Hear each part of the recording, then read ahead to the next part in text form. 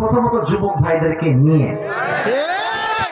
আপনাদের ঠিক শুনে মনে হচ্ছে আপনারা আমার সঙ্গে দ্বিমত পোষণ করেছেন। আপনারা দ্বিমত না একমত?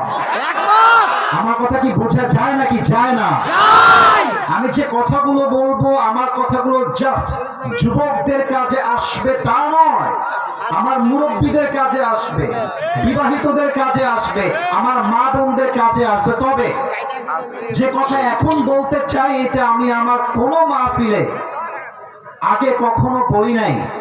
এটা আশা করা যায় পুরো দেশে মানুষের কর্ণকুহরে পৌঁছায় যাবে। আপনারা আমাকে রেসপন্স করার জন্য রেডি আছেন নাকি নাই?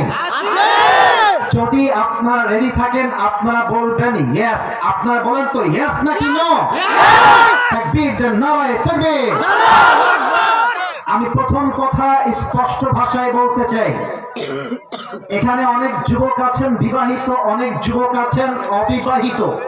আমার প্রথম কথা হচ্ছে কোন বিবাহিত পুরুষের বিরুদ্ধে যদি তার কোনো ওয়াইফ যদি তার ওয়াইফ কোনো কমপ্লেইন আনে, অভিযোগ আনে, আমাদের বাংলাদেশের আইনে এই আইনটা পুরুষদের জন্য অবশ্যই অবশ্যই জারি করতে হবে।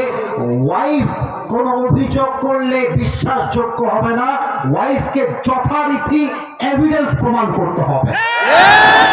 আমি একটা কথা পুরুষদেরকে জিজ্ঞেস করতে চাই, হে পুরুষেরা, আমি নিজেও তো পুরুষ, আপনারাও পুরুষ। আমার কথা হচ্ছে নারী আর পুরুষ দ্বন্দ্ব লাগলে মানুষ কেন শুধুমাত্র নারীর ক্ষেত্রে আলগা পীড়িত দেখায়? আমার কথা পুরুষের ক্ষেত্রে বৈষম্য তৈরি হয় কেন? রাস্তায় একজন মেয়ে আরেকজন ছেলে ঝগড়া হচ্ছে, মারামারি হচ্ছে, আমরা পুরুষ জাতি বড় বেঈমান। আমরা আগে গিয়ে নারীর পক্ষপাতিত্ব করি এবং এটার সুযোগ নিয়ে কিছু নারী পুরুষের চরিত্রে কলঙ্কিত করে রেখে দেয়। আমি সব নারীকে এক পাল্লায় মাপতে চাই না। অনেকে বিয়ে করেছেন, অনেকে বিয়ে করেন নাই।